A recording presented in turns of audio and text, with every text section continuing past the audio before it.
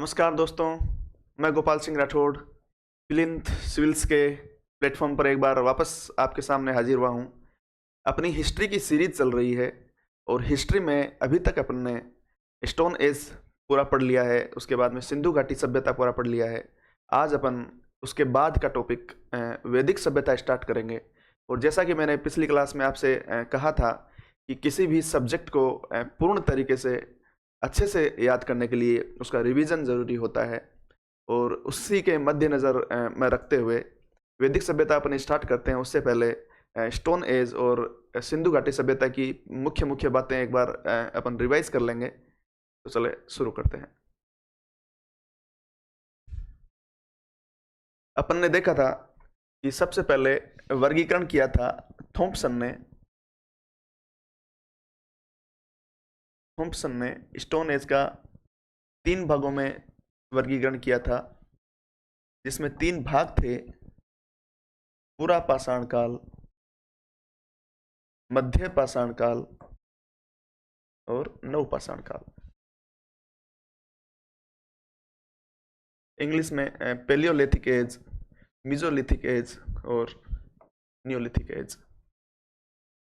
पूरा पाषाण काल में अपन कुछ प्रमुख बातें याद की थी, जिसमें अपन ने देखा था कि मनुष्य आदि मानव के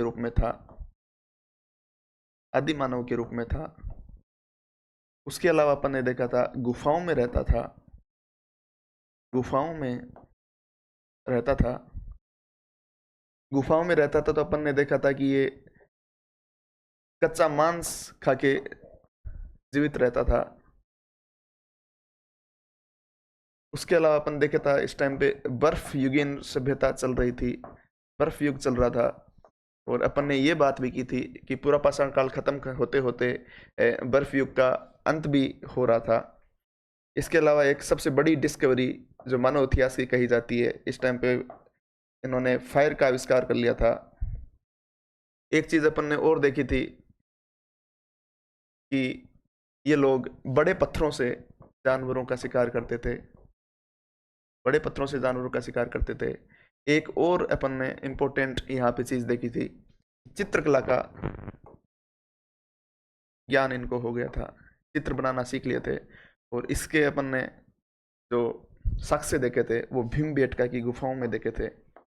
भीमबेटका की गुफाओं में इनके विजुअल भी मैंने आपको दिखाए थे। भीमबेटका में जो चित्रकला हो रखी थी, जिसमें एक छोटा बच्चा जैसे पेंटिंग करता है, इस तरह से इसमें पेंटिंग्स थी। कोई जानवर की पेंटिंग ऐसे करके 2-4 पैर बना के और ऐसे करके ऐसे जानवर की पेंटिंग थी। ये सारी चीज़ें अपन ने पूरा पाषाण काल में देखी थी। पूरा पाषाण काल का अपन ने टाइम पीरियड देखा था 2 मिलियन बीसी से लेके 10,000 बीसी तक। पूरा पाषाण काल जैसे खत्म होता है, अपन देखते हैं मध्य पाषाण युग में अपन प्रवेश करते हैं। और जो मध्य पाषाण काल है उसमें अपन देखते हैं बड़े पत्थरों से जो जानवर का शिकार होता था, वो अभी छोटे पत्थरों से करने लग गए और उनको माइक्रोलिथ्स कहा जाने लगा। माइक्रोलिथ्स की मैंने आपको विजुअल्स फोटो भी दिखाए थे, जिसमें लूनेट था, जिसको अपन अर्ध चंद्राकार भी कह सकते हैं। इसमें ट्रायंगल भी था,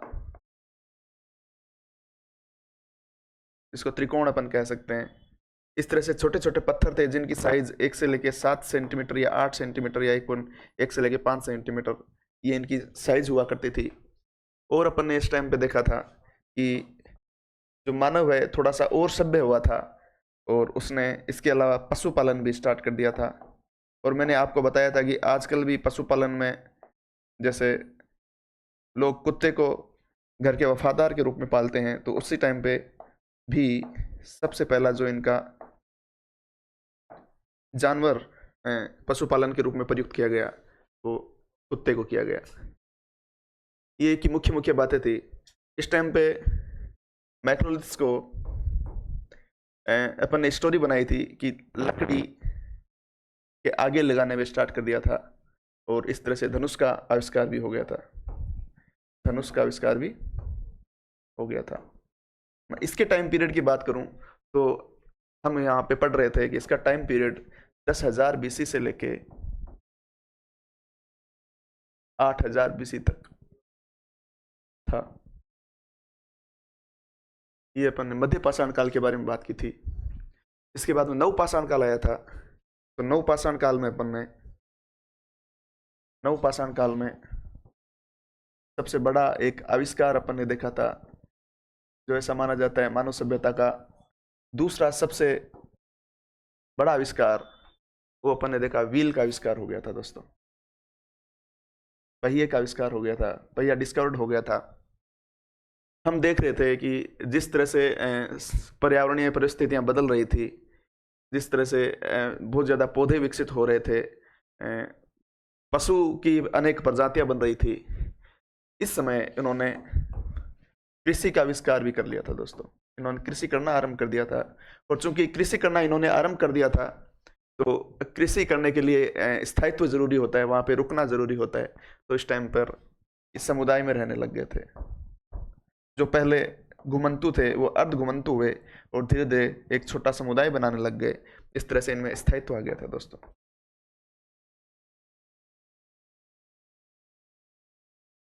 ये मुख्य मुख्य बातें थी। और जो कृषि का सबसे पहले अवशेष जो प्राचीन भारत में मिलता है वो मेहरगढ़ मिलता है। और एक बात और मैंने बताई थी आपको कि विश्व में जो सबसे पहले कृषि की गई थी वो नील घाटी के पास में की गई थी, जिसके बारे में अपन ने बात की थी। नवपाषाण काल का अपने टाइम पीरियड भी देखा था, जो कि 8,000 बीसी से लेके 4,000 बीसी तक आता है। 4,000 बीसी तक आता है। नवपाषाण काल के बाद में अपन ने कुछ चालकोलिथिक एज के बारे में बात की थी। और चालकोलिथिक एज, जिसको अपन ताम्र पाषाण काल भी कह सकते हैं,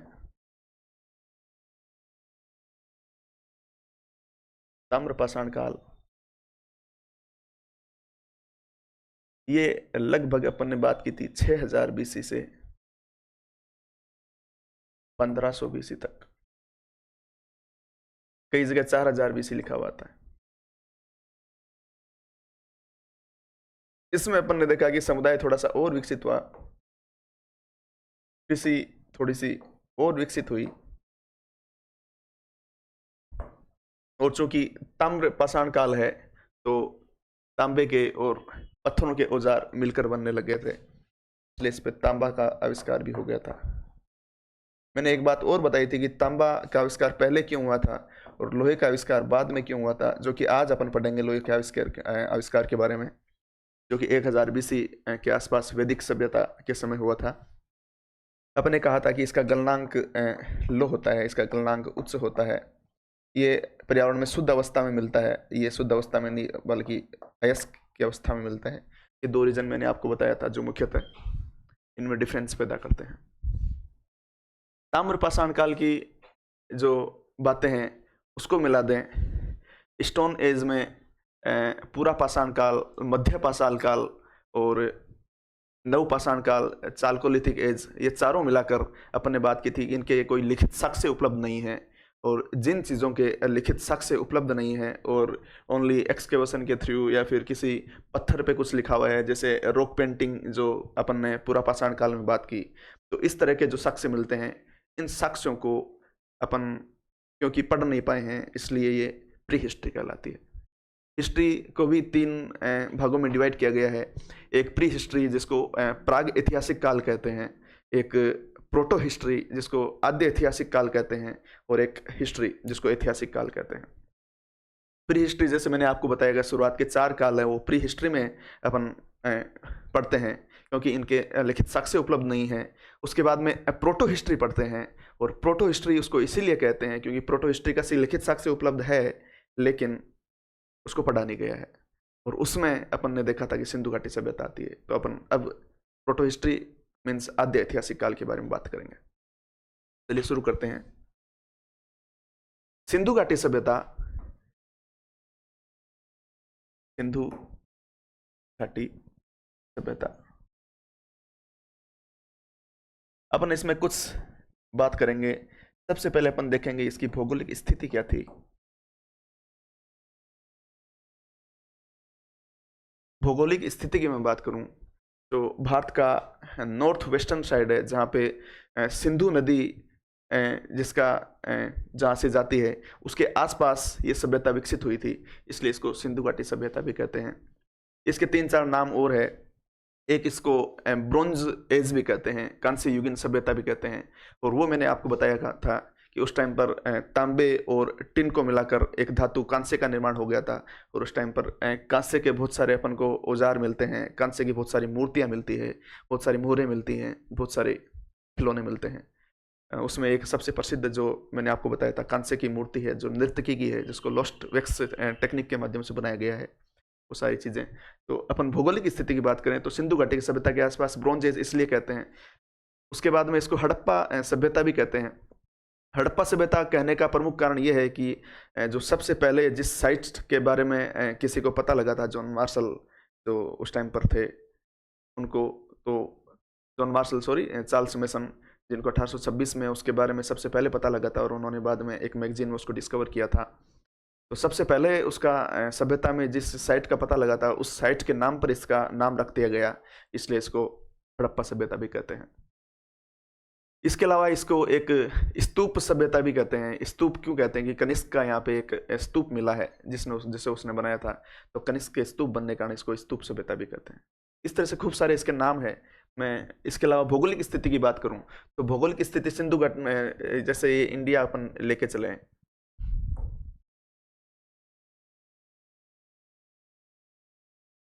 इंडिया में बात करूं तो यहाँ से यदि सिंधु घाटी का सिंधु सभ्यता इसका उद्गम होता है, तो ये जाके यहाँ पे मिल जाती है। तो उसके आसपास की जितनी भी साइट्स हैं वो यहाँ पे डिस्कवर हुई थी। गुजरात में बहुत सारी थी, धोलावीरा, लोथल, ये सारी चीज़ें। राजस्थान में कालीबंगा, और पाकिस्तान में यहाँ पे हड़प्पा, यहाँ पे मोहनजोदाड़ो, इस तरह से।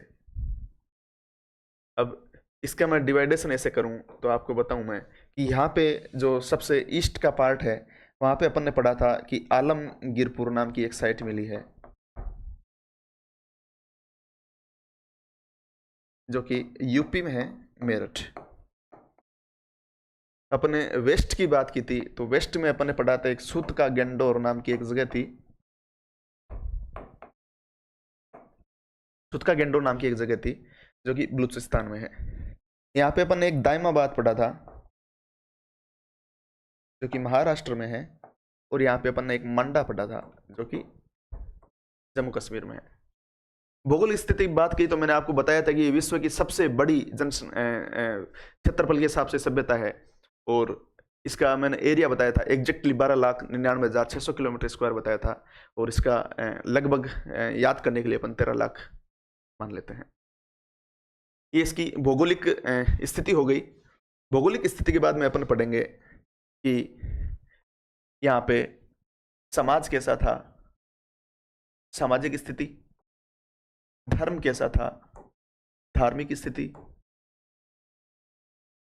क्या व्यापार वगैरह होते थे, तो आर्थिक स्थिति, और कैसा यहाँ पे कबीला था, राजनीतिक स्थिति, यहाँ पे लिपि कैसी थी, यहाँ पे मुहर कैसी थी, यहाँ पे मूर्तियां कैसी थी,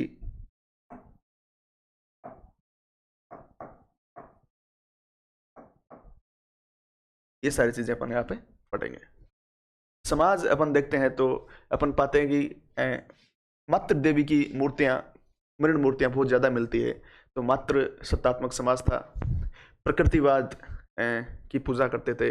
यहाँ पे अपन को एक मूर्ति मिली है जिसमें एक स्त्री के गर्भ से एक पौधा निकलता हुआ दिखाई दे रहा है, तो क्योंकि स्त्री है और साथ में पौधा भी दिखाई दे रहा है, तो प्रकृति की पूजा भी ये करते थे, और मातृ सत्तात्मक समाज था, उससे अपन को समझ में आ जाता है। अंधविश्वास था, ऐसे कह सकते हैं, जादू टोन में विश्वास करते थे, इसलिए समाज में बुराइयां भी थी, ये भी अपन ने देखते हैं। तो मेनली समाज मातृ सत्तात्मक समाज था। मैं बिल्कुल ब्रीफ में समझाऊंगा क्योंकि अपने पास आगे भी कुछ वैदिक सभ्यता के बारे में बात करनी है। तो समाज मातृ सत्तात्मक समाज था। धर्म की बात करूं तो एकादि देववाद भी था और बहुप्रकृतिवाद भी था। आर्थिक स्थिति की बात करूं तो मुख्यतः व्यापार होता था और कृषि होती थी, व्यापार और कृषि होती थी। व्यापार होता था, तो उसके लिए अपन को साक्ष्य मिलते हैं, लोथल से बंदरगाह मिलता है और गोदीवाड़े के जो लोथल से मिलते हैं, उसके अलावा नागार मिलते हैं, जिससे हो सकता है कि वहाँ से अन्न को ले जाके दूसरे देशों में ले जाया जाए। अपन देखते हैं कि फारस की मुहर मिलती है, मेसोपोटामिया की मुहर मिलती है। अपन देखते हैं कि जो फारस से है अपन चांदी और शीशा निर्यात आयात करते थे, और यहाँ से वहाँ पे अन्न अपन देते थे, तांबा अपन देते थे। ये सारी चीज़ें अपन को दिखाती है कि व्यापार वहाँ पे किस स्थिति में था, और ये नगरीय सभ्यता थी, ये आपको मैंने बताया। धर्म की मैं बात करूं तो बता दिया, आर्थिक स्थिति मैंने बताई, सुदृढ़ स्थिति थी। और राजनीतिक स्थिति की मैं बात करूं तो इसके पुख्ता साक्ष्य तो नहीं मिलते हैं, लेकिन फिर भी अपन कह सकते हैं कि जैसे वहां पे एक पुरोहित राजा की मूर्ति मिलती है, जिन्होंने, मैंने आपको बताया था, सोल ओढ़े हुए हैं, माथे पे एक मोटा बटन जैसा एक बिंदी लगी हुई है, वो सारी चीज़ें, पुरोहित राजा की मूर्ति मिलती है। उसके अलावा चूंकि यहाँ पर वणिक वर्ग का ज़्यादा प्रभाव था, तो हो सकता है यदि 600 साल तक कोई सभ्यता चली है तो वहाँ पे कोई शासन करने वाला हो, और कुछ साक्ष्य हैं उनसे प्रतीत ये होता है कि पुरोहित राजा की मूर्ति मिलने के कारण यहाँ पे शायद पुरोहित वर्ग का शासन रहा होगा, और ऐसे व्यापार ज़्यादा होता था, इसलिए हो सकता है कि यहाँ पे व्यापारियों का शासन रहा हुआ होगा। लिपि की मैंने बात की थी, तो लिपि में मैंने बताया आपको कि अभी तक पढ़ी नहीं गई है। इसके अलावा 300 से लेकर 400 इसमें वर्ड्स हैं। इसको इंग्लिश में वोस्ट्रोफेडन नीति भी लिपि भी कहते हैं, और हिंदी में गोमूत्राक्षर और भाव चित्रात्मक लिपि भी कहते हैं दोस्तों। अभी तक पढ़ा नहीं गया है। और मैंने एक वो भी बताया था कि तमिलनाडु के मुख्यमंत्री M.K. स्टालिन ने एक घोषणा की थी 2025 में कि कोई भी यदि इस लिपि को पढ़ लेता है तो उसको एक $1 मिलियन का मैं इनाम दूंगा। अच्छा उनका स्टेप था। मोहरों की बात करूँ तो लगभग मोहरें आयताकार मिलती है, आयताकार मिलती है, ये मैंने आपको बताया था। और लगभग 3500 से ज़्यादा मोहरें मिल चुकी है, ये भी मैंने आपको बताया था। और मोहरों में एक साइड तो एक किसी पशु का चित्रांकन अंकित होता था, और एक साइड वो लिपिबद्ध होती थी, ये मैंने आपको बताया था। पशुओं में सबसे ज़्यादा अपन देखते हैं कि यूनिकॉर्न की मोहर है। यूनिकॉर्न पशु सबसे ज़्यादा मात्रा में, यूनिकॉर्न मोहर वाली सबसे ज़्यादा मात्रा में मोहरें पाई जाती है। मैंने आपको मोहरों के बारे में बताया था। मूर्तियों की मैं बात करूं तो कांसे की बेल की मूर्ति मिलती है, इसके अलावा कांसे की नृत्य की मिलती है, कांसे की नृत्य की मिलती है। ये सारी चीज़ें अपन को बताती है कि मूर्तियों का डेवलपमेंट भी उस टाइम पे हो रहा था। ये मैंने आपको समाज, धर्म, आर्थिक स्थिति, राजनीतिक स्थिति, लिपि, मुहर, मूर्तियाँ, कांस्य की मूर्तियाँ बनती थी, वो सारी चीज़ें बता दी। अब मैंने एक चीज़ जो आपको नहीं बताई वो थी वहाँ का नगर नियोजन। नगर नियोजन मैंने आपको बताया था कि यहाँ के जो नगर था वो 2 भागों में डिवाइड था। 2 भागों में डिवाइड था। इसका एक जो भाग है वो भाग वेस्ट जो साइड है वो मैंने कहा था दुर्गीकृत होता है, दुर्गीकृत। और जो दूसरा भाग था वो जनसामान्य का भाग था, जिसमें छोटे छोटे घर हुआ करते थे। मैंने बताया था कि आजकल के आधुनिक शहरों से इसकी अपन तुलना करें तो चाहे चंडीगढ़ ले लीजिए, चाहे जयपुर की ओल्ड सिटी ले लीजिए, तो जिस तरह से जयपुर की ओल्ड सिटी में यदि आप गए हो तो वहाँ पे आपने देखा होगा कि सड़कें बिल्कुल चौड़ी चौड़ी बनी हुई है, तो यहाँ पे भी बड़ी बड़ी सड़कें थी, छोटी छोटी सड़कें थी। यहाँ पे अपन 9 वर्गों में जैसे ओल्ड सिटी को देखते हैं तो यहाँ पे भी ग्रिड पैटर्न था। जैसे ओल्ड सिटी में ग्रिड पैटर्न है उस तरह से यहाँ पे भी ग्रिड पैटर्न था, सड़कें 90 डिग्री पर काटती थी। इसके अलावा अपन क्या देखते हैं कि यहाँ पे जो नालियाँ थी वो नालियाँ हर घर से निकलती थी, सड़कों पर आती थी, और सड़कों पर जो नालियाँ उनमें मिल जाती थी, और एक दूर जाके एक बड़ा मेन होल हुआ करता था। जिस तरह से अभी सीवरेज है उस तरह से उस टाइम पे ये व्यवस्था होती थी। इतनी आधुनिक सभ्यता थी कि सीवरेज आजकल भी छोटे मोटे शहरों में नहीं मिलता है, लेकिन आज से लगभग आप मान लो 2600 BC तो 2000, ये 5000 साल पहले, 5000 साल पहले ये सारी सभ्यताएं विकसित हो गई थी, और इतनी ज़्यादा मात्रा में विकसित हो गई थी कि आज के शहर भी इतने विकसित नहीं है। अपन ने देखा था पक्की ईंटों का प्रयोग होता था, घर 2 मंजिला 3 मंजिला इस तरह से होते थे। अपन ने देखा था कि जो घर थे और घरों के जो रास्ते थे वो मेन सड़क की ओर नहीं खुलते थे। इतना ज़्यादा व्यवस्थित तरीके से सिटी प्लानिंग की गई थी। और इसमें अपन ये भी देखते हैं कि एक घर है जिसका दरवाज़ा मेन सड़क की तरफ खुलता भी है, और वो घर अपन ने देखा था कि वो लोथल में है। ये अपवाद के रूप में अपन ने पढ़ा था। ये अपन ने नगर नियोजन की बात की। नगर नियोजन में मुख्य मुख्य मैंने आपको बातें बताई। अब अपन कुछ साइट्स देखी थी, उन साइट्स में अपन ने विस्तार से चर्चा की थी। मोहनजोदड़ो की विस्तार से चर्चा की थी। क्योंकि ये रटने वाला पार्ट है, तो मैं आपको इनकी साइट्स में क्या क्या मिला वो नहीं बताऊंगा, लेकिन मैं एक बार बता देता हूँ कि कौन कौन सी साइट थी। तो हड़प्पा का अपन ने उत्खनन किया था, तो उसके बारे में अपन ने बात की थी। धोलावीरा की अपन ने बात की थी। इसके अलावा रोपड़ की अपन ने बात की थी, और भी बहुत सारी साइट्स की बात की थी। ये चीज़ें हो गई। मैंने इन दोनों में एक बात बताई थी लिपि के बारे में कि मोहनजोदड़ो में सबसे ज़्यादा मुहरें मिलती हैं, और हड़प्पा में सबसे ज़्यादा मुहरें मिलती हैं जो कि लेख युक्त है, जिन पे कुछ लिखा हुआ है। वो सारी बातें मैंने हड़प्पा के बारे में आपसे बताई थी। ये सारी चीज़ें पढ़ लेते हैं तो यहाँ तक अपन का रिवीजन हो जाता है, एक मोटा मोटा रिवीजन हो जाता है, जिससे कि अपन को कुछ स्मृतियाँ अपने दिमाग में रहे कि अपन ने क्या पढ़ा है, और यदि क्वेश्चन कहीं पे आता है तो उसको अपन अच्छे से हैंडल कर पाए। क्योंकि अपन ने पूरा रिवीजन एक तरह से हो गया है, मैं मान के चल रहा हूँ।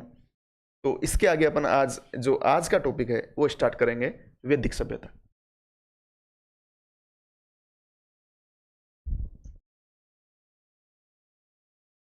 वैदिक सभ्यता अपन पढ़ते हैं तो सबसे पहले तो अपन दिमाग में यह आता है कि इसको वैदिक सभ्यता कहते क्यों हैं। तो इसका मैं आपको बताता हूँ कि वैदिक सभ्यता इसको क्यों कहते हैं कि 1500 बीसी से के आसपास में वेदों की रचना हो गई थी। और मैं आपको बता रहा हूँ, वेदों की रचना हुई थी, वेदों को लिखा नहीं गया था। तो आपके मन में आया है, ये बात अवश्य आनी भी चाहिए कि वेदों को लिखा नहीं गया था, ऐसा क्यों। तो मैंने अभी आपको बताया था कि जो लिपि है उसका उस टाइम पर आविष्कार जो हुआ था, उस लिपि में वहाँ पे कोई लिपि नहीं मिलती है, और उसका आविष्कार जो हुआ था वो जैसे कि सिंधु घाटी सभ्यता के आसपास में हुआ था। तो यहाँ पे इस टाइम पे कोई लिपि का आविष्कार नहीं हुआ था। क्यों? क्योंकि सिंधु घाटी सभ्यता अपन पढ़ते हैं कि बाढ़ के कारण हो सकता है, या फिर मैं आपको कहूँ तो परिस्थिति की पर्यावरण चेंज होंगे, या फिर आर्यों ने, जैसे वैदिक सभ्यता को आर्यन सभ्यता भी कहते हैं, उन्होंने इन पे आक्रमण करके उनको नष्ट कर दिया था, तो लिपि का कोई अवशेष नहीं बचा था। तो वेदों को रचा गया है, लिखा नहीं गया है।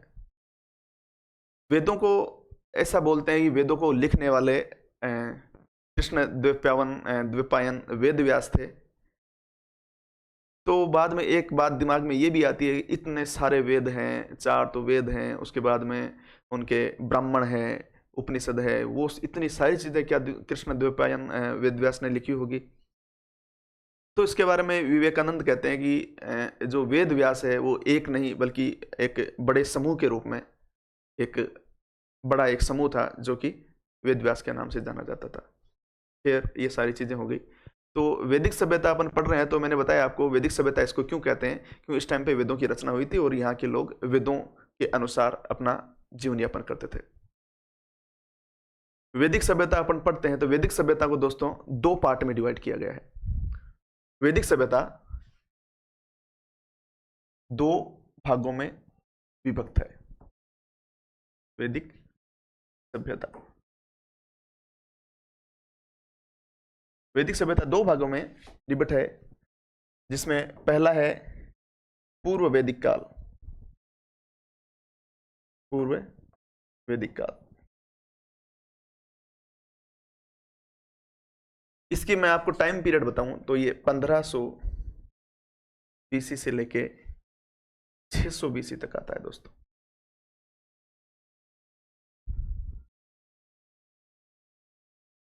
पूर्व वैदिक काल का टाइम पीरियड अपन 1500 बीसी से स्टार्ट करते हैं। यहाँ पे 1000 बीसी को अपन लेके चलते हैं, तो 1500 से लेके 1000 बीसी का जो काल है वो पूर्व वैदिक काल है। और चूंकि इस टाइम पर एक वेद की रचना हुई थी जिसको अपन ऋग्वेद कहते हैं, तो इसको ऋग्वेदिक काल भी कहते हैं।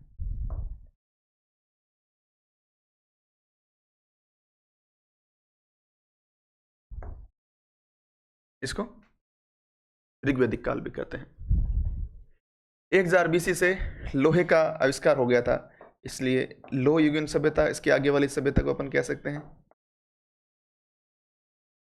और जो इसका दूसरा भाग है उसको अपन लाटर वैदिक एज या फिर अपन कह सकते हैं उत्तर वैदिक सभ्यता, उत्तर वैदिक कालीन सभ्यता।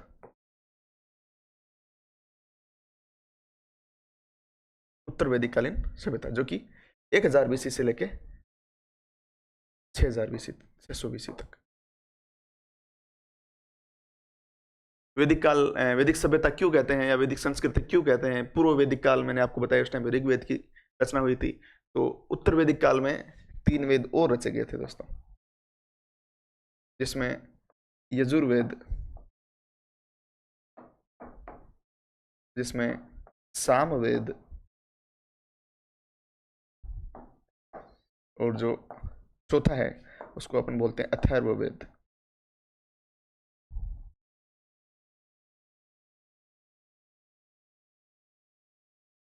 इस टाइम पर समाज जो था वो एक ट्राइबल कल्चर के रूप में था, तो इस टाइम पर जो भी चीज़ें मिलती है, ट्राइबल समाज मिलता है, ट्राइबल संस्कृति मिलती है, ट्राइबल धर्म मिलता है, ट्राइबल राजनीतिक व्यवस्था मिलती है, कबीलाई, एक तरह से कबीलाई संस्कृति मिलती है। बाद में यहाँ पे चेंज इसलिए आता है क्योंकि लोहे का आविष्कार हो जाता है, और लोहे का आविष्कार हो जाता है तो ये युद्ध स्टार्ट हो जाते हैं, युद्ध करना स्टार्ट हो जाते हैं। युद्धों के अलावा यहाँ पे क्योंकि युद्धों में लोहे का यूज बहुत अच्छे से हो सकता है, इसलिए युद्ध के रूप में कह सकते हैं कि ट्रांजिशन इसमें आ जाता है उत्तर वैदिक काल में। इसके अलावा क्योंकि लोहे का आविष्कार हो जाते हैं तो लोहे के फाल उन्होंने बनाना स्टार्ट कर देते हैं, तो कृषि की शुरुआत हो जाती है। और चूंकि पहले जो पशुपालन सभ्यता थी, पशुओं को यहाँ पे ज़्यादा महत्व दिया जाता था, वो धीरे धीरे ट्रांसफर होके पशुपालन के साथ में कृषि भी स्टार्ट हो जाती है। और चूंकि कृषि स्टार्ट हो जाती है इसलिए इनके पास पैसा आता है, और पैसा आता है तो ये इसमें थोड़ा डेवलपमेंट और आ जाता है। ऋग्वैदिक काल के जो लोग थे उनके धर्म की अपन बात करेंगे, उनके समाज की अपन बात करेंगे, ऋग्वैदिक खुद ऋग्वेद के बारे में अपन बात करेंगे, वो सारी चीजें अपन अभी पढ़ेंगे अभी थोड़ी देर में आगे। मैं कुछ सा आपको बता देता हूं। वैदिक काल के बारे में मैंने आपको बताया कि सिंधु सभ्यता के पतन के बाद जो नवीन संस्कृति प्रकाश में आई उसके बारे में हमें संपूर्ण जानकारी वेदों से मिलती है, इसलिए इस काल को हम वैदिक काल के नाम से जानते हैं। संस्थापक मैंने आपको बताया कि आर्यंस इसके संस्थापक थे, इसके लिए इसको आर्य सभ्यता भी कहते हैं। आर्य उनको कहा जाता है जो कि एक संस्कृत भाषा का शब्द है, और आर्य का मतलब ये होता है कि श्रेष्ठ, कुलीन, अभिजात्य। तो जो मध्य एशिया से लोग आए थे उन्होंने खुद को सर्वश्रेष्ठ बताना स्टार्ट किया, खुद को अभिजात्य बताना स्टार्ट किया। और यहाँ के जो लोग थे वो ये गौर्ण वर्ण के लोग थे, और यहाँ के जो मूल लोग थे उनको अनार्य कहा गया। और अनार्यों को क्या कहा गया कि ये तो अच्छे नहीं है, ये दुष्ट है, ये पापी है, इसलिए उनको अनार्य कहा गया। ये सारी चीजें ये मैंने बताया आपको। वैदिक काल का विभाजन किया जाता है 2 भागों में, एक तो पूर्व वैदिक काल या जिसको ऋग्वैदिक काल अपन कहते हैं, और उसके अलावा उत्तर वैदिक काल जो कि 1000 बीसी से स्टार्ट होकर 600 बीसी तक होता है। ऋग्वैदिक काल 1500 बीसी से 1000 बीसी तक स्टार्ट होता है, और उसके बारे में आप एक बार मैं ऋग्वेद के बारे में आपको बता देता हूं कि जो ऋग्वेद है उसमें 10 मंडल है। वैदिक साहित्य अपन सबसे लास्ट में पढ़ेंगे, तो वैदिक साहित्य में इसके बारे में संपूर्ण जानकारी मैं दूंगा। उससे पहले मैं सभी वेदों के बारे में कुछ कुछ जानकारी आपको देना चाहूंगा। इसमें 10 मंडल है और 1028 सूक्त है, और लगभग 10,526 के आसपास ऋचाएं हैं। मंडल अपन कह सकते हैं कि एक चैप्टर होता है, सूक्त का अपन कह सकते हैं उसमें टॉपिक हो सकता है, और ये ऋचाएं का मतलब उसमें जो लाइंस लिखी गई है दोहे के रूप में लिखी गई है, ऐसा कह सकते हैं अपन। अब चीज ये आती है कि इस टाइम पे वेद लिखे नहीं गए थे तो याद कैसे होते थे। तो याद होने का तरीका ये होता था कि जो प्रथम पीढ़ी है वो अपने आने वाली जनरेशन्स को सिखाती थी। एक तरह से रट्टू तोता उस टाइम पे बनाया जाता था। तो जितने भी ये वेद हैं, शुरुआती वेद जैसे उत्तर वैदिक काल से पहले का ऋग्वैदिक काल में जो ऋग्वेद की रचना हुई वो पद्य में हुई। जैसे आपको भी पता है गाने आपको जल्दी से याद हो जाते हैं, लेकिन कोई संवाद होता है वो जल्दी से याद नहीं होता है। गाने इसलिए याद हो जाते हैं कि उसमें एक तुक होता है, उसमें एक लय होता है। हालांकि यहाँ पे तुक था, लय नहीं थी, क्योंकि ऋग्वेद के जो है उसमें तुक था, लय नहीं थी। ये उसका एक फैक्ट है। तो क्योंकि पद्य जल्दी याद हो जाते हैं इसलिए, और क्योंकि गद्य याद नहीं होते हैं और उनको याद कर करके एक पीढ़ी से दूसरी पीढ़ी में स्थानांतरित करना था। उस टाइम पे लिपि का आविष्कार नहीं होता, लिपि से पहले भाषा आती है और भाषा के तहत उसको एक पीढ़ी से दूसरी पीढ़ी में स्थानांतरित करना था। इसलिए उस टाइम पे उनको याद कर करके आगे बढ़ाया जाता था। वो मैंने एक बीच में एक बात बताई आपको।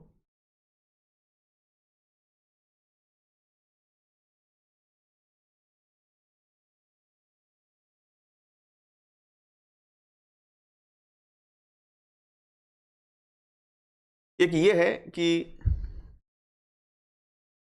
जो ऋग्वैदिक काल है उस टाइम के जो शख्स है वो कहाँ पे मिलते हैं। इसके शख्स भी मिलने चाहिए कि ऋग्वेद के शख्स कहाँ मिलते हैं। तो दो अभिलेख हैं, एक तो बोगज कोई अभिलेख, और एक है कस्सी अभिलेख। लगभग 1400 बीसी और 1600 बीसी के आसपास के हैं।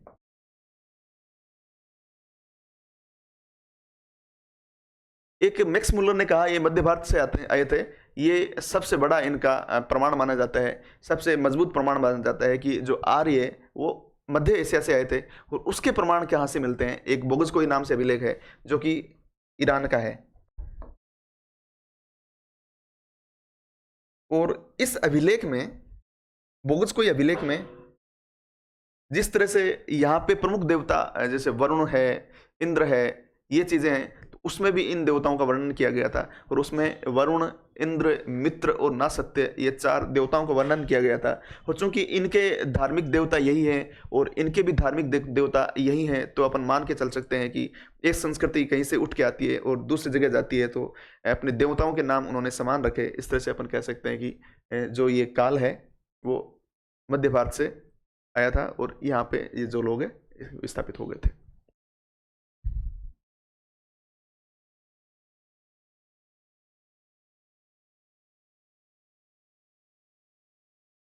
एक बात मैं आपको बताऊं कि ये ग्रामीण सभ्यता थी। तो ये ग्रामीण सभ्यता क्यों थी, ये भी आता है कि पहले तो आपने पढ़ाया हमें कि 2600 बीसी से 1900 बीसी तक एक बहुत बड़े नगर हुआ करते थे, समृद्ध हुआ करते थे। तो इसके बारे में राय ये है कि अपन ये भी पढ़ते हैं कि जो सिंधु घाटी सभ्यता थी उसका पतन हो गया था। पतन हो गया था तो समूल नाश हो गया था। उसके बाद में जो संस्कृति विकसित हुई, क्योंकि उनके पास इतने संसाधन नहीं थे, क्योंकि उनके पास इतना ज्ञान नहीं था, उस टाइम पे की सारी टेक्निक्स नहीं थी, इसलिए दोबारा एक संस्कृति उठ खड़ी हुई जो कि ग्रामीण सभ्यता के रूप में जानी जाती है। इसलिए ग्रामीण सभ्यता थी, ये मैंने आपको बताया। तो इसकी विशेषताएं, एक तो वैदिक सभ्यता मूलतः ग्रामीण थी। मैंने आपको बताया कि पशुपालन और कृषि कार्य इस टाइम पे हो रहे थे। आर्य स्थायी निवासी नहीं थे, ये एक जगह से दूसरी जगह जाते रहते थे, क्योंकि इनका काम पशुपालन था और पशुओं को एक जगह चारा यदि नहीं मिला तो उनको दूसरी जगह ले जाने के लिए ये घुमंतु के रूप में जीवन जीते थे। स्थायी इनका निवास इस टाइम पर नहीं था।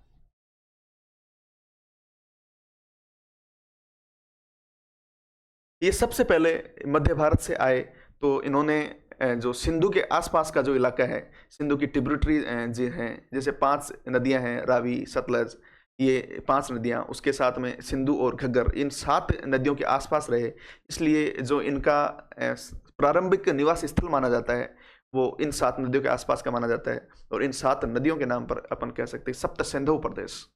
इनका जो निवास स्थान अपन कहते हैं वो सप्त सिंधु प्रदेश था। सप्त सिंधु प्रदेश के बारे में 7 नदियों का क्षेत्र, जैसे आधुनिक पंजाब भी कहा जाता है। विस्तार ऊपर से आए थे तो अफगानिस्तान से लेके, पंजाब से लेके इधर उत्तर प्रदेश के तक आ गए थे। ये कुछ विद्वान हैं जिन्होंने उनके मूल निवास ये कहाँ से आए थे इसके बारे में अलग अलग ये बातें बोलते हैं, जिसमें मैक्स मूलर का जो कथन है वो सबसे ज्यादा सर्वाधिक मान्य है, जो ये कहते हैं कि ये मध्य एशिया से आए थे। बाल गंगाधर तिलक ये कहते हैं उत्तरी ध्रुव से आए थे दोस्तों। कहां से आए थे? उत्तरी ध्रुव से आए थे। इनका यह मानना इसलिए है कि ईरान का एक सबसे प्राचीन ग्रंथ है दोस्तों, ईरान का प्राचीन ग्रंथ है जिसका नाम है अवेस्ता, जिसका नाम है अवेस्ता। और अवेस्ता में यह लिखा हुआ है कि वहां पे 6 महीने का दिन होता था और 6 महीने की रात होती थी, 6 महीने की नाइट होती थी। इसलिए इन्होंने अंदाजा लगाया कि हो सकता है वो जहां से आए हो, जहां का ये ग्रंथ है, जहां पे ये ग्रंथ लिखा गया है, वहां पे 6 महीने के दिन और 6 महीने की रात होते होंगे, इसलिए उन्होंने कहा कि ये उत्तरी ध्रुव से आए थे। लेकिन इसको नकार दिया जाता है कि जरूरी थोड़ी उत्तरी ध्रुव में, साउथ जो ध्रुव है, जो दक्षिणी ध्रुव है, वहां पे भी 6 महीने के दिन और 6 महीने की रात होती है, इसलिए इसको नकार दिया जाता है दोस्तों। एक अविनाश चंद्र दास हुए, उन्होंने इसको सप्त सिंधु प्रदेश बताया, जो कि भारत से इनका उद्गम मानते हैं। एक गाइल्स नाम के एक महोदय हुए जिन्होंने इसको हंगरी तथा डेन्यूब नदी के आसपास के से आना हुआ बताया है। प्रोफेसर पेंका ने इसको जर्मनी के मैदानी भाग के बारे में बताया है। और एक नेथरिंग नाम से एक विद्वान हुए जिन्होंने इसको दक्षिणी रूस के बारे में बताया है। दयानंद सरस्वती इसको तिब्बत से बताते हैं कि ये जो आए थे वो तिब्बत से आए थे। और गंगानाथ झा ब्रह्म ऋषि देश से बोलते हैं।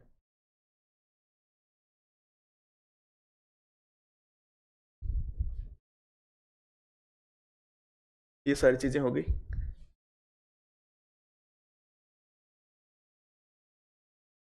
ये मैंने आपको बताया था, ऋग्वेद की अनेक बातें ईरानी ग्रंथ अवेस्ता से मिलती है। ऋग्वेद की रचना सप्त सिंधु प्रदेश में हुई थी, ये भी मैंने आपको बता दिया था। ये सारी चीजें, एक हिमालय का उल्लेख भी, उज्जवल चोटी का उल्लेख भी ऋग्वेद में मिलता है। ये ऋग्वेद की बातें हैं थोड़ी।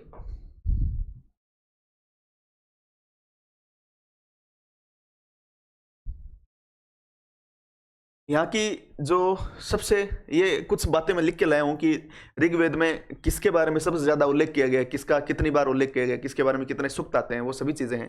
तो मैं आपको लिख लेके आया हूँ। सिंधु घाटी, जो सिंधु नदी है वो इनकी सबसे महत्वपूर्ण नदी हुआ करती थी, और उसका जो ऋग्वेद है उसमें 55 बार में उल्लेख है। सरस्वती इनकी दूसरी प्रमुख नदी हुआ करती थी, जिसको सर्वश्रेष्ठ नदी भी कहते हैं, इसका 50 बार उल्लेख है। यमुना नदी का 3 बार उल्लेख है, गंगा नदी का 1 बार उल्लेख है। ये चीजें इसमें आएंगी अभी। ये मैंने आपको नदियों के बारे में कुछ बताया। यहाँ के सबसे प्रमुख देवता इंद्र को माना जाता है, और इंद्र के बारे में कहा जाता है कि ये रक्षक देवता है, ये वर्षा के देवता है, और ये पुरंदर है। पुरंदर का मतलब क्या होता है? तो पुरंदर से मेरा मान बताना यह है कि पुरंदर होता है किले का रक्षक, किलों को तोड़ने वाला। तो किले को तोड़ने वाला इनको क्यों कहा? क्यों जब आर्य लोग उधर से आए थे तब उन्होंने अनार्य लोगों पे अटैक किए, तो वो जा जाके किलों में छुप गए। जब वो किलों में छुप गए तो किलों को उन्होंने तोड़ा, तो ये सब मानते हैं कि किलों को तोड़ने में इंद्र ने सहायता की, इसलिए इसको पुरंदर कहते हैं। इंद्र इनका सबसे प्रमुख देवता थे, जिनका 250 बार उल्लेख किया गया है। इंद्र के बाद में ये अग्नि को सबसे महत्वपूर्ण देवता मानते थे। अग्नि को सबसे महत्वपूर्ण देवता वो इसीलिए मानते थे कि उनका ऐसा मानना था कि अग्नि यहाँ से जो ऊपर वाले देवता हैं उनके मध्य एक सेतु का कार्य करती है। यहाँ से हम कोई यज्ञ जैसी कोई अनुष्ठान जैसे कोई चीज़ें करते हैं, और ये धुएं में परिवर्तित होती है, और वो धुआं देवताओं के पास में जाता है, और हमारी जितनी भी नीड्स होती है, जितनी भी हमारी, उनको बोला जाता है कि हमें ये चाहिए या फिर हमें ये चाहिए, वो सारी चीज़ें अग्नि ऊपर पहुंचा देती है और हमारा काम हो जाता है। तो अग्नि को उन्होंने 200 बार में उल्लेख हुआ है, ऋग्वेद में 200 बार उल्लेख हुआ है। जन का उल्लेख 275 बार हुआ है, और एक बात यह है कि जनपद का उल्लेख नहीं हुआ है, जनपद का उल्लेख नहीं हुआ है। वरुण उनके तीसरे प्रमुख देवता थे जिनका 30 बार उल्लेख हुआ है।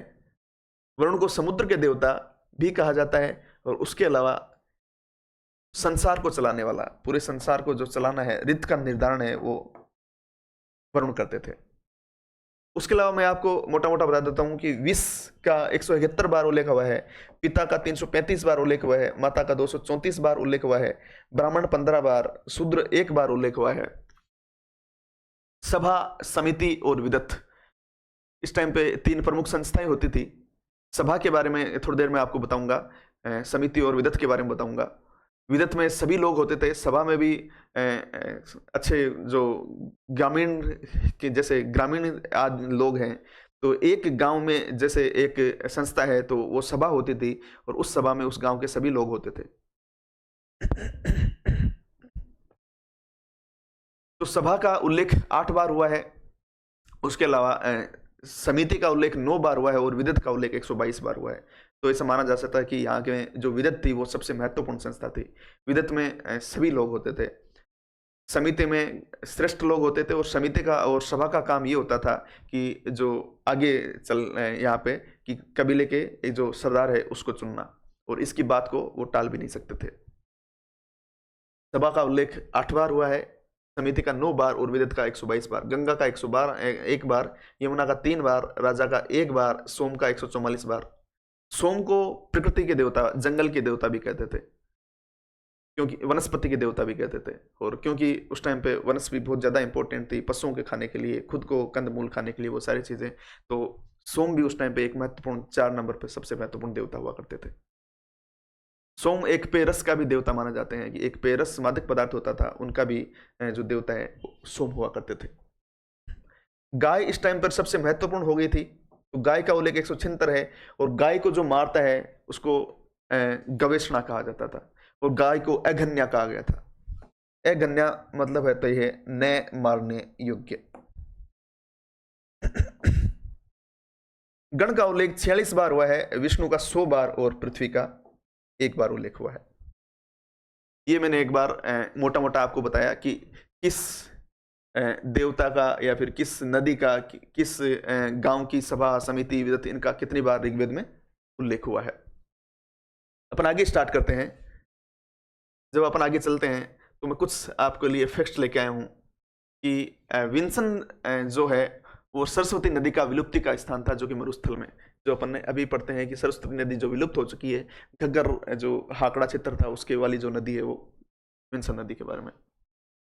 ऋग्वेद में सिर्फ एक ही स्थान का उल्लेख हुआ है जो कि गांधार है,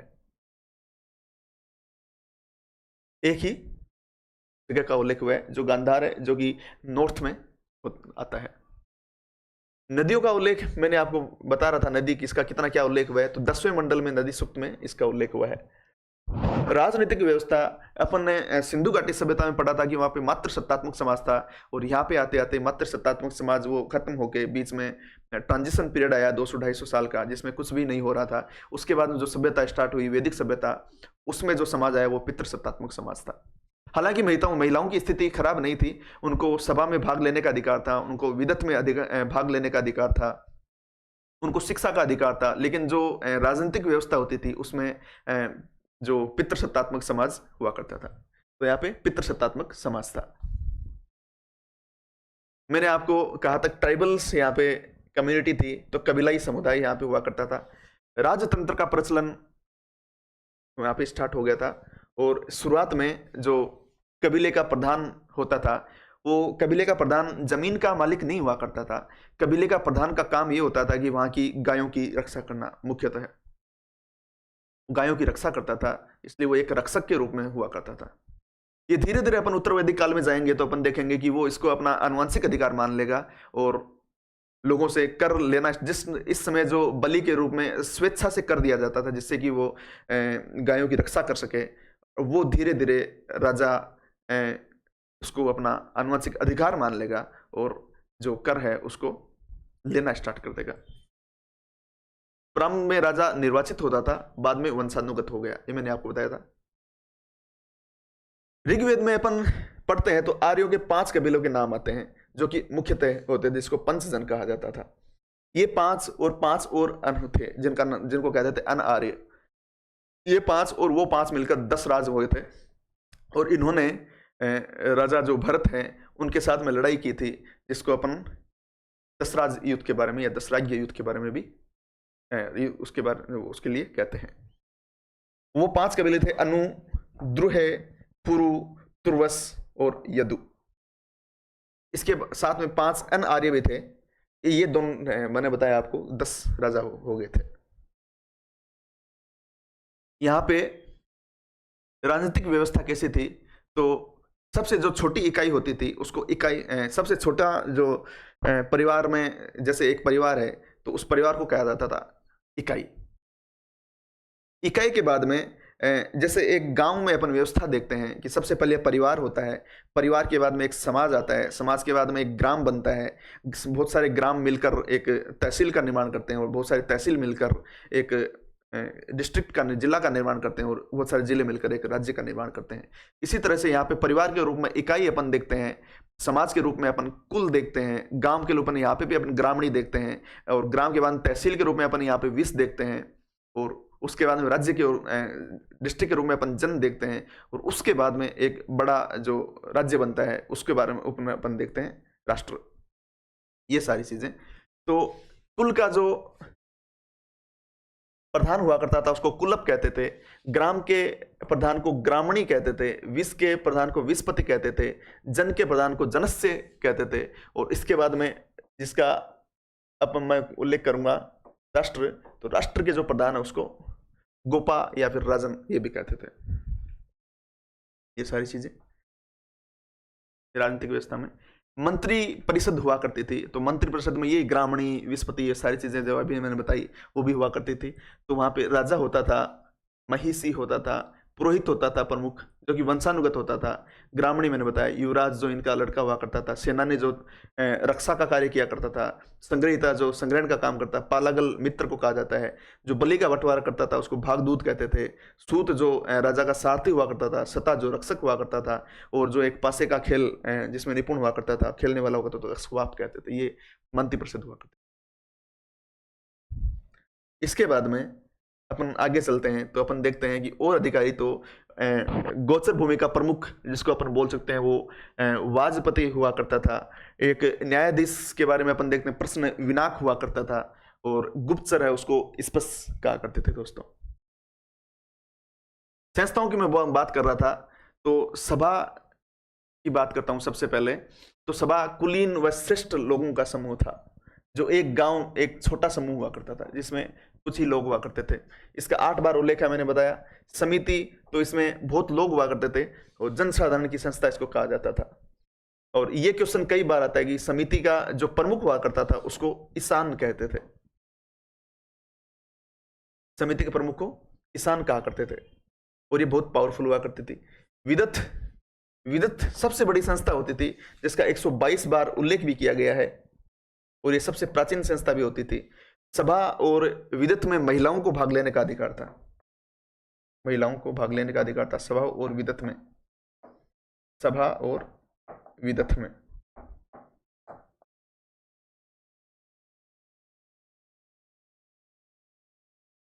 ये सारी चीजें हो गई। दशराज युद्ध के बारे में मैंने आपको बताया था कि ये सबसे पहले तो ऋग्वेद का जो 7वां मंडल है उसमें इसकी जानकारी दी गई है। इसके कारण क्या थे, इसके होने के कारण क्या थे? तो पहला कारण ये था कि जो आप पुरोहित देख रहे हो वशिष्ठ, इससे पहले इनका जो पुरोहित हुआ करता था वो विश्वामित्र हुआ करता था। कौन हुआ करता था? विश्वामित्र।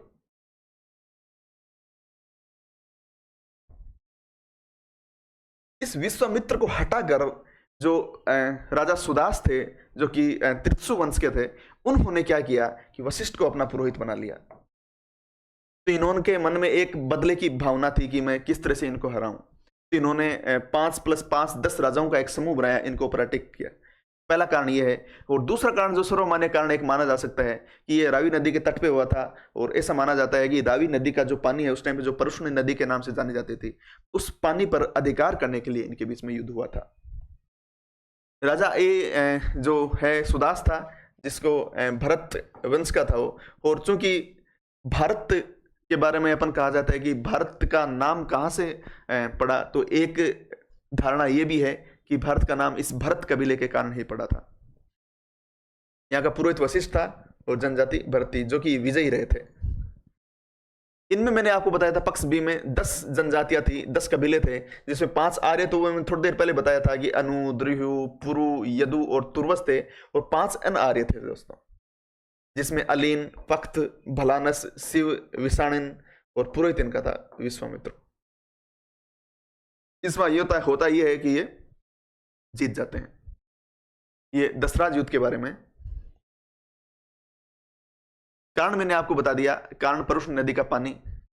और ऐसे कहते हैं कि इंद्र ने पुरंदर का रूप कार्य किया, इंद्र ने पुरंदर जैसा कार्य किया, किले में उनके भेद दिया और इनकी जीत हुई। ऐसा कहता है कि पहला दर्ज ऐतिहासिक युद्ध ये होता है, और सबसे प्राचीन वर्णन इसका मिलता है।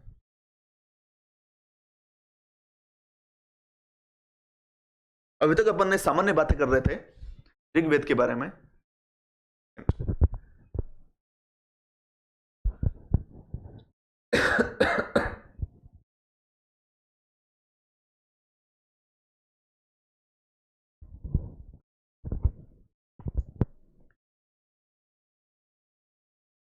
अब अपन सामाजिक व्यवस्था की बात करेंगे। सामाजिक व्यवस्था की अपन बात करते हैं तो अपन देखते हैं कि समाज कैसा था। तो मैंने आपको बताया पितृसत्तात्मक समाज था। यहाँ पे पुरुष की ज्यादा महत्व था, पुरुष की बातों का ज्यादा महत्व था। राजनीतिक रूप से पुरुष सबसे ऊपर की श्रेणी में आता था। मातृसत्तात्मक समाज जैसे सिंधु घाटी में सभ्यता में था। हालांकि यहाँ पे मातृसत्तात्मक समाज नहीं था, लेकिन महिलाओं को सभी अधिकार दिए गए थे, लगभग सभी अधिकार दिए गए थे। यहाँ पे परिवार से अपन स्टार्ट करते हैं समाज के बारे में।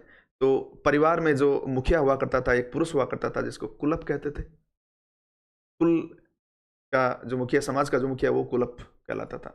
परिवार का मुखिया मैंने आपको बताया था कहलाता था। संयुक्त परिवार हुआ करते थे, और जो संपत्ति थी हुआ करती थी उस पर पुत्री का अधिकार नहीं होकर पुत्र का अधिकार ही हुआ करता था। ये सारी चीजें मैंने आपको बताई। देख सकते हो आप, प्रधान समाज का कुलप हुआ करता था, संयुक्त परिवार हुआ करते थे, पैतृक संपत्ति पर पुत्र का अधिकार हुआ करता, पुत्री का नहीं हुआ करता था, पति और पत्नी एक साथ अनुष्ठान में भाग लेते थे। ये सारी चीजें पत्नी को मिली हुई थी। वर्ण व्यवस्था की अपन बात करते हैं तो वर्ण व्यवस्था ऋग्वेद के 10वें जो मंडल है उसके पुरुष सूक्त में मिलता है, और इसमें तीन वर्गीकरण मिलते हैं। सबसे ऊपर अपन देखते हैं कि ब्राह्मण, उसके बाद में क्षत्रिय,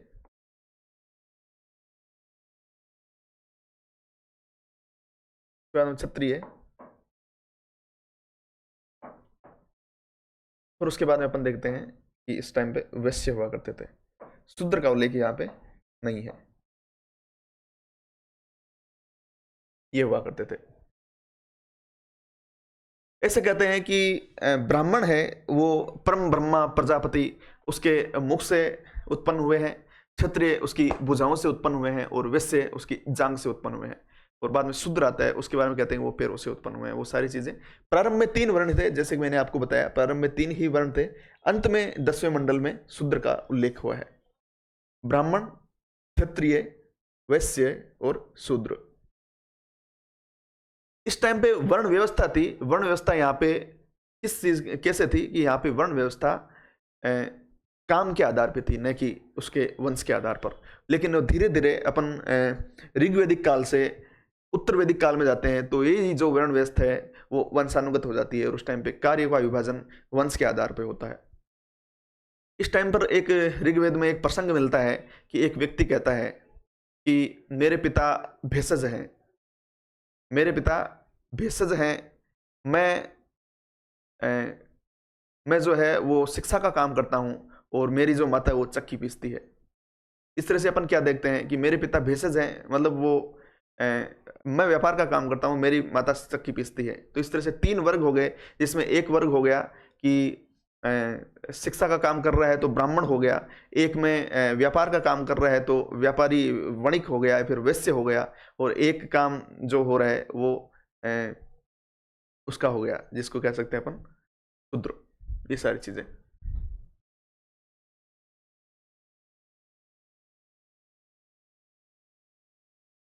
ये सभी मंडल है जिनकी रचना की गई थी। विश्वामित्र ने 3rd मंडल की रचना की थी, वशिष्ठ ने 7वें मंडल की रचना की थी, वामदेव ने 4th मंडल की रचना की थी, और अत्रि ने 5th मंडल की रचना की थी, गृहसमद ने 2रे मंडल की रचना की थी, और भारद्वाज ने 6th मंडल की रचना की थी।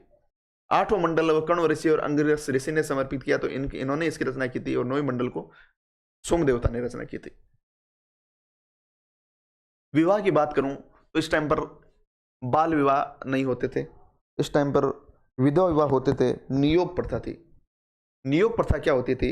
यदि किसी जो दंपति है उसमें पुरुष को यदि कोई बीमारी हो जाती है, वो अपना बच्चा पैदा करने में असमर्थ होता है, या फिर किसी भी कारण से वो वंश वृद्धि नहीं कर पा रहा है, तो उस समय एक कुछ समय के लिए जो स्त्री है वो एक दूसरे पुरुष के साथ में संबंध बनाती थी, जिससे कि उसके वंश वृद्धि हो सके, और ये चीज उस टाइम पे सामान्य थी दोस्तों। ये नियोग प्रथा होती थी। अंतरजातीय विवाह होते थे। आजीवन विवाह, अविवाहित जो कन्या रहती थी उसको अमाजू कहा जाता था। अमाजू जो आजीवन अविवाहित रहती थी उसको। मैंने आपको बताया स्त्रियां राजनीति में भाग नहीं लेती थी, उनको पैसे में अधिकार नहीं था, उनको जो पैतृक संपत्ति है उसमें अधिकार नहीं था, शिक्षा का अधिकार था।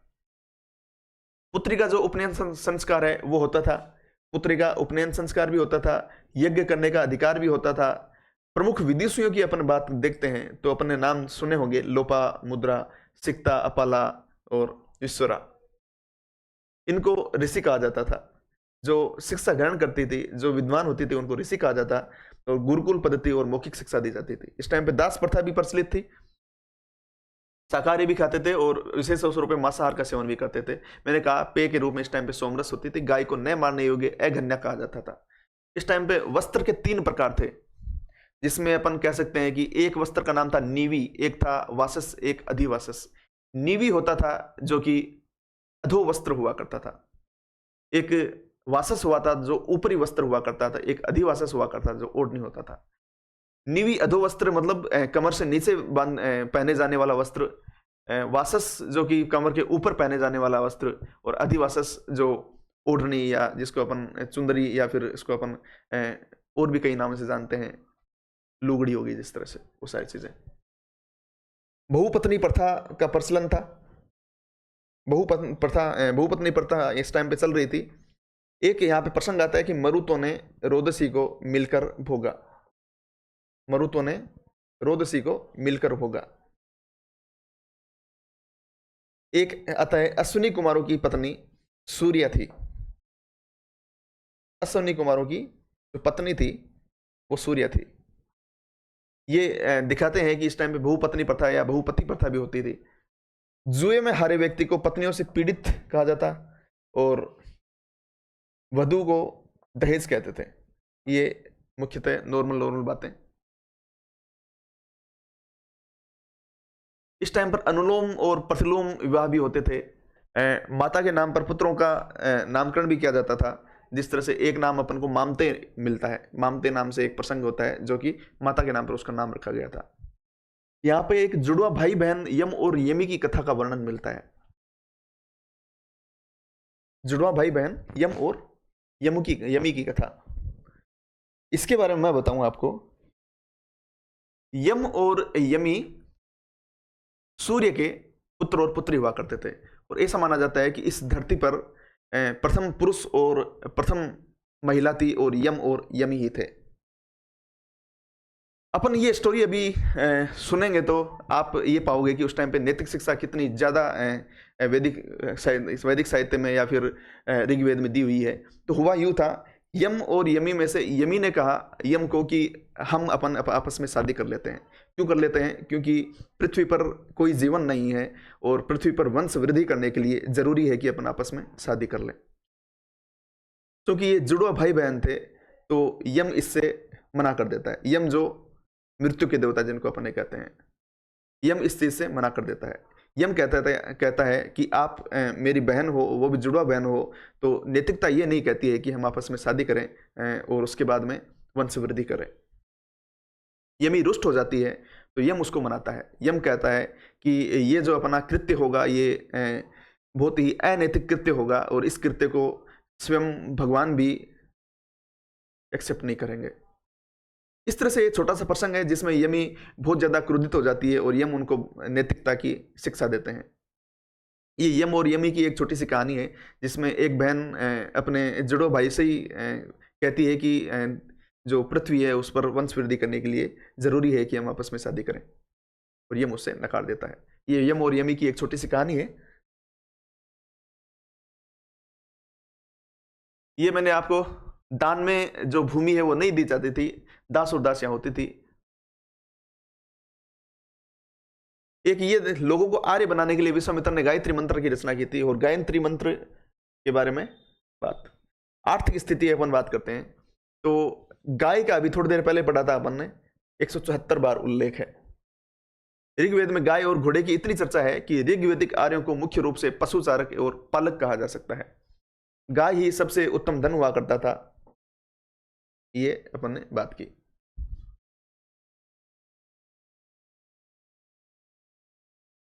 ये मैं कुछ इंपॉर्टेंट फैक्ट लेके आया हूं कि ब्राह्मणों को दान में पशु दिए जाते थे, कोई निश्चित भूमि अधिकार नहीं होता था, राजा पशुओं का रक्षक माना जाता था, ये मैंने आपको थोड़ी देर पहले बताया। अधिकांश लड़ाइयां पशुओं को लेकर ही होती थी। युद्ध का पर्याय गविष्टि गाय का अन्वेषण होता था, गाय का मुद्रा के रूप में भी प्रयोग होता था, और लोग पणियों से डरते थे। पणी कौन होते थे? जो कि व्यापारी लोग हुआ करते थे, जिनके पास व्यापार का कार्य होता था, लोग पणियों से डरते थे। पणी, ये इनको पशु चोर कहा जाता था, और अत्यधिक इनके पास पशु हुआ करते थे।